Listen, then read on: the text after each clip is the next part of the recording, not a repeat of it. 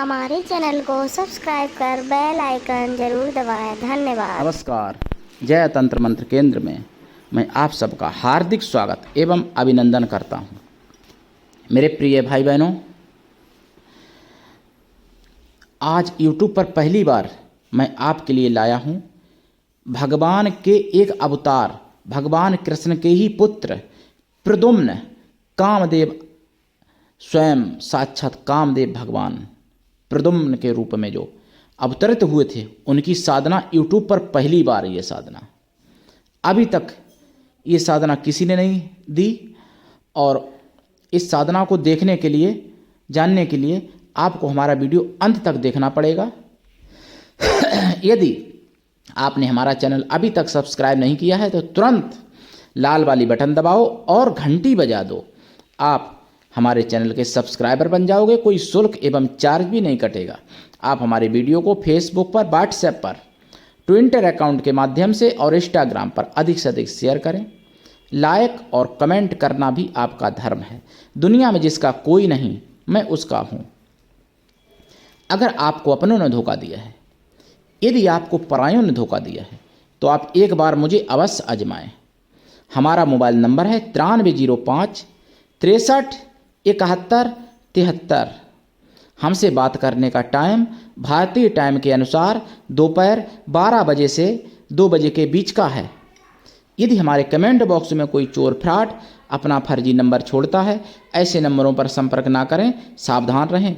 यदि आप ऐसे नंबरों पर संपर्क करते हैं, आपके साथ ठगी, धोखाधड़ी कुछ भी होता है, उसके जिम्मेदार आप स्वयं होंगे। चैनल आपकी कोई भी जिम्मेदारी नहीं लेता, क्योंकि मैंने नंबर अपना बोल के बताया है और दूसरा नंबर कोई दिया नहीं है। मेरे प्रिय भाई बहनों, मैं राष्ट्रीय अध्यक्ष कृष्णा दल आप सबसे निवेदन करता हूँ, यदि आप मानवतावादी हैं, आप दूसरे का भला करना चाहते हैं, अथवा आप सनातनी हैं, तो मुझसे ज़रूर जुड़ें। और आप में यदि योग्यता हुई तो मैं आपको पदाधिकारी भी बनाऊंगा अपने संगठन में। आप देश विदेश में, विश्व के किसी भी कोने में रहते हैं, किसी भी जाति धर्म से मिलान करते हैं, कोई दिक्कत नहीं। आप हमारे दिए हुए ज्ञान से भरपूर लाभ उठा सकते हैं। देखिए, भगवान प्रद्युम्न की साधना मैं आपको बताऊं, ये साधना आपको वो सब कुछ प्राप्त करा सकती है जो आपको भगवान विष्णु से चाहिए, भगवान कृष्ण से चाहिए, या फिर जो मनोरथ आपको कामदेव से चाहिए।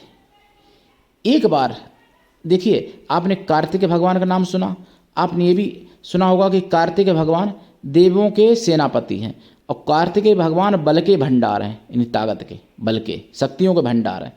लेकिन एक समय पर कार्तिकेय भगवान को भी युद्ध में हरा दिया था प्रद्युम्न ने।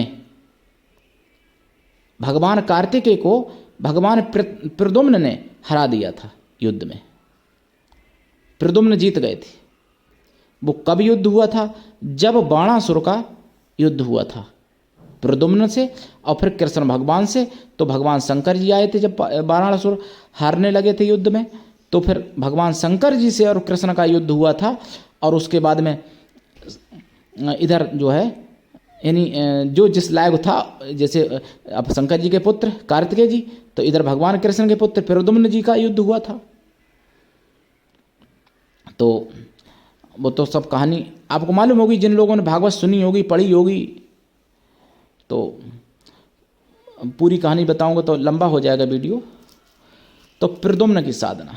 और देखिए, आपको बता दूं, एक हमारी बहुत ही प्रिय एक बहन जी हैं, उन्होंने कहा था कि गुरुजी तमिश्रा के बारे में बताओ, कौन इष्ट थे, क्या थे। तो देखिए, उनका वीडियो मैं क्या बनाऊं, इसी में बता देता हूं। तमिश्रा जो है, तमिश्रा भगवान सूर्य का नाम है, पहली बात, और भगवान सूर्य के ही अवतार थे, तो बताया ही था मैंने। और तमिश्रा के इष्ट भी भगवान सूर्य थे। वैसे तमिश्रा ने शंकर जी से शक्तियाँ प्राप्त की थी और भगवान सूर्य से प्राप्त की थी शक्तियाँ, माता काली से प्राप्त की थी शक्तियाँ।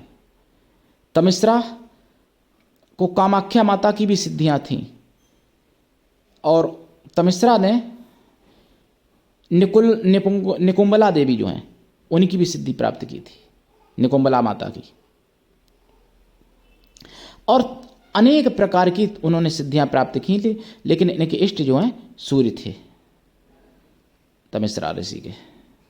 तो अब आइए प्रद्युम्न की साधना कैसे करें और कहाँ करें। देखिए इनकी साधना अगर संयोग बने, अगर आप द्वारिका धाम में कर सकते हैं, द्वारिकापुरी में, तो सोने में सुहागा। और वैसे 7 पुरियों के पति हैं प्रयागराज। प्रयागराज सब तीर्थों के राजा हैं, प्रयागराज में कर सकते हो। और वृंदावन में कर सकते हो, भगवान कृष्ण का जो धाम है, मथुरा, गोकुल, बरसाना, नंदगांव, या कोई भी तीर्थ स्थान फिर जैसे कुरुक्षेत्र, नीमसाड़, हरिद्वार इत्यादि। और अगर ऐसा संयोग ना मिले तो फिर आप किसी भी बाग बगीचे, किसी भी मंदिर में, नदी के किनारे कहीं, देवालय में, कहीं भी शिवालय में, या फिर अपने घर पे भी कर सकते हो बंद कमरे में। ये पवित्र साधना है, सात्विकी साधना है, सौम्य साधना है। लेकिन प्राप्त वो सब कुछ हो सकता है जो प्रद्युम्न जिसके स्वामी थे। अब आप भागवत में देख लेना कि प्रद्युम्न में क्या क्या क्षमताएं थी। वो सारी क्षमताएं, सारे गुण साधक में आ सकते हैं। देखिए कोई भी साधक जिस देवता की साधना करता है या जिस देवी की साधना करता है उसके उसमें गुण आ जाते हैं, ये तो कन्फर्म है। लेकिन अब कितने % आते हैं वो साधक के ऊपर है। श्रद्धा, समर्पण, भक्ति, लगन, और कैसा गुरु है, गुरु के प्रति आप कैसे समर्पित हैं। क्योंकि देखो गुरु के प्रति जितना ज़्यादा समर्पित होगे उतना ही ज़्यादा शक्तियाँ सिद्धियाँ मिलेंगी। नाभा दास जी का जीवन परिचय मैंने डाला था। नाभा दास जी ने तो कोई साधना सिद्धि नहीं की थी, केवल गुरु की सेवा की, गुरु की आज्ञा मानी, और उसी से उनमें इतनी क्षमता सिद्धियाँ आ गई थी कि उनका तीसरा नेत्र भी खुल गया था, और कई एक सिद्धियाँ आ गई थी उनको, नाभा दास जी को प्राप्त हो गई थी। लवकुश ने गुरु की कृपा से ही ऐसी साधना प्राप्त की थी, ऐसी शक्तियाँ प्राप्त कर ली थी जो कि मतलब हनुमान जी, जामवंत, नल नील, अंगद, सुग्रीव, लक्ष्मण, भरत, शत्रुघ्न को सभी को हरा दिया था। तो गुरु की कृपा से सब कुछ हो सकता है, लेकिन गुरु के प्रति समर्पित हो तब तो, और गुरु के प्रति कपट नहीं रखते तब। गुरु के प्रति जितना कोई समर्पित है, स्त्री पुरुष कोई भी, उतना उसको प्राप्त हो सकता है। लेकिन गुरु भी ऐसा हो शिष्य से कुछ भी ना ले, शिष्य भी ऐसा हो गुरु को सब कुछ दे, तभी संभव है ये। ऐसा नहीं कि टीवी पे गुरु बना लिया और आप उनको जानते नहीं, उनसे कभी बात भी नहीं हुई और आप समर्पित हो गए, तो फिर वही बात, बिना मौत मरने वाली बात। जिसके लिए समर्पित हो वो तो आपको जानता तो हो कि ये व्यक्ति मेरे लिए समर्पित है। अब पता चला पहले एक बाबा थे, वो चटनी चटा के सबको कृपा लाते थे, उनको बहुत लोग टीवी पे गुरु बना लेते थे। तो वो ना उन्हें जानते ना वो उन्हें जानते, गुरु बना लिया। तो ऐसे गुरु तो पता नहीं कहाँ जाएंगे, लेकिन तुम तो नरक में जाओगे ही। तो ऐसा नहीं होना चाहिए। गुरु के लिए समर्पित हो तो गुरु के भी पता होना चाहिए कि मेरा शिष्य या मेरी शिष्या मेरे लिए समर्पित है, और वो आपकी सारी समस्याएं, सारी बातें सुन सके, उससे आप अपने मन की सारी बातें कह सकें। ऐसे गुरु के प्रति समर्पित होना चाहिए, और ऐसा गुरु कल्याण कर सकता है अगर वो संपन्न है ज्ञान से। तो उम्र चाहे कितनी भी हो गुरु की, जाति चाहे कोई हो, और मतलब रईस गरीब, अमीर गरीब, मतलब कैसा भी हो, उससे कोई मतलब नहीं होता है। ज्ञान एक अलग है। तो ज्ञानी गुरु अगर है और वास्तव में गुरु की उसमें गरिमा उसको मालूम है, गुरु ऐसा है कि कोई लालच नहीं रखता है, लोभ नहीं रखता है, और शिष्य भी ऐसा है कि गुरु को सब कुछ देने की इच्छा रखता है, तो बिना प्रयास के कल्याण हो जाता है। प्रद्युम्न की साधना कैसे करें? देखिए, पूर्व या उत्तर दिशा की तरफ मुख करके पीले आसन पर या लाल आसन पर बैठें, काले आसन पर भी बैठ सकते हैं। रुद्राक्ष की माला से या लाल चंदन की माला से या बैजंती की माला से या फिर तुलसी की माला से या सफ़ेद चंदन की माला से, लाल हकीक, सफ़ेद हकीक, स्फटिक, मोती, इनमें से किसी भी माला से आप जाप कर सकते हो। गुंजा की माला से भी किया जा सकता है ये जाप। इनका जाप कम से कम 1.25 लाख है।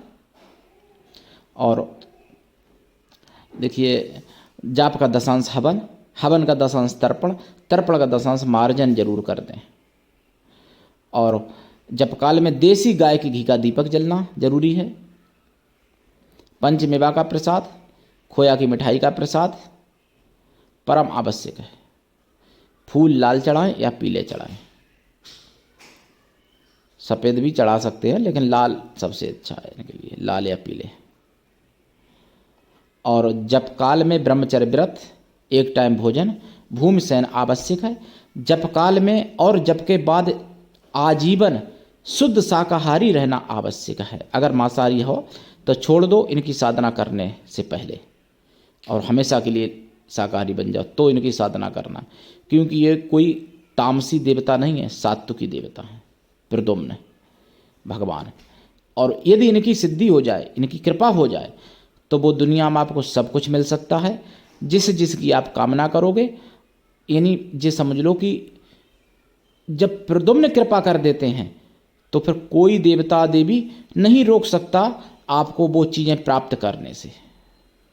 और देवी देवता पहली बार रोकेंगे क्यों? प्रद्युम्न भी तो भगवान है। लेकिन एक बात बता रहे कि देवी देवता भी अगर रोकना चाहें, जैसे मान लो कोई आपके दुश्मन हैं और उनको कोई देवता की सिद्धि है और उस देवता से वो आपका बुरा करवाएं, आपका मान लो कारोबार रोकें, और आपको है प्रद्युम्न की सिद्धि, तो वो नहीं रोक पाएंगे, ये समझ लो आप। और काम सुख, अर्थ, मोक्ष, धर्म सभी कुछ प्राप्त हो सकता है प्रद्युम्न की साधना से। प्रद्युम्न साक्षात कृष्ण ही समझो, कृष्ण के पुत्र तो हैं ही, और कामदेव का अवतार भी, ये पता ही है आपको। तो मेरे प्रिय भाई बहनों, प्रद्युम्न का मंत्र दीक्षा लेके साधना करें। मेरे पास कई एक मंत्र हैं प्रद्युम्न के, और सिद्ध मंत्र हैं प्रद्युम्न के, तो आप करिए साधना, उठा लीजिए लाभ। और सनातन में मैंने आपको बताया ही है कि एक से बढ़ के एक विद्याएं हैं। सनातन धर्म एक ऐसा धर्म है कि पूरे विश्व का कल्याण कर सकता है। और मजमों में तो ईंचातानी होती है, प्रलोभन दे के, झूठे झांसे दे के, दबा के धर्म परिवर्तन कराया जाता है।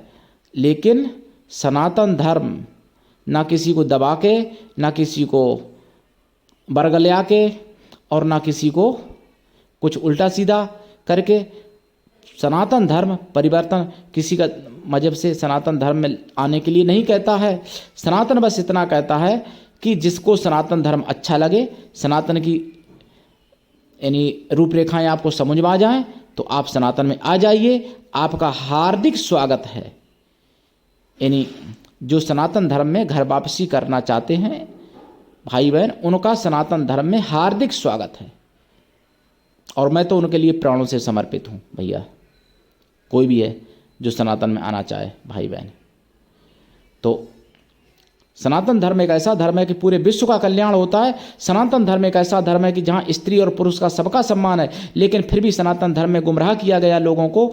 लोग कहते हैं कि स्त्री का सम्मान नहीं। सनातन धर्म में ना जाने कितनी स्त्रियाँ पूजनीय हैं, सीता, राधा और सती अनुसुईया जैसी, और वीरांगनाएं। सनातन धर्म में ना जाने कितनी ऐसी शक्तियाँ हैं जो कि स्त्री हैं।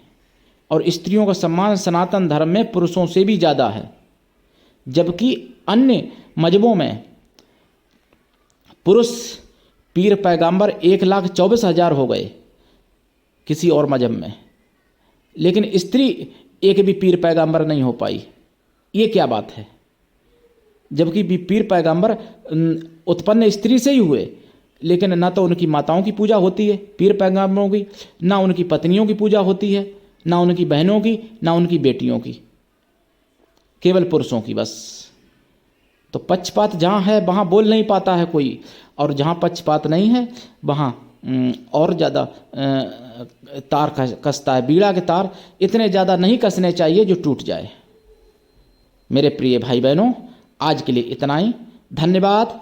जय श्री राम, जय प्रद्युम्न भगवान की, जय श्री कृष्णा। राधे राधे।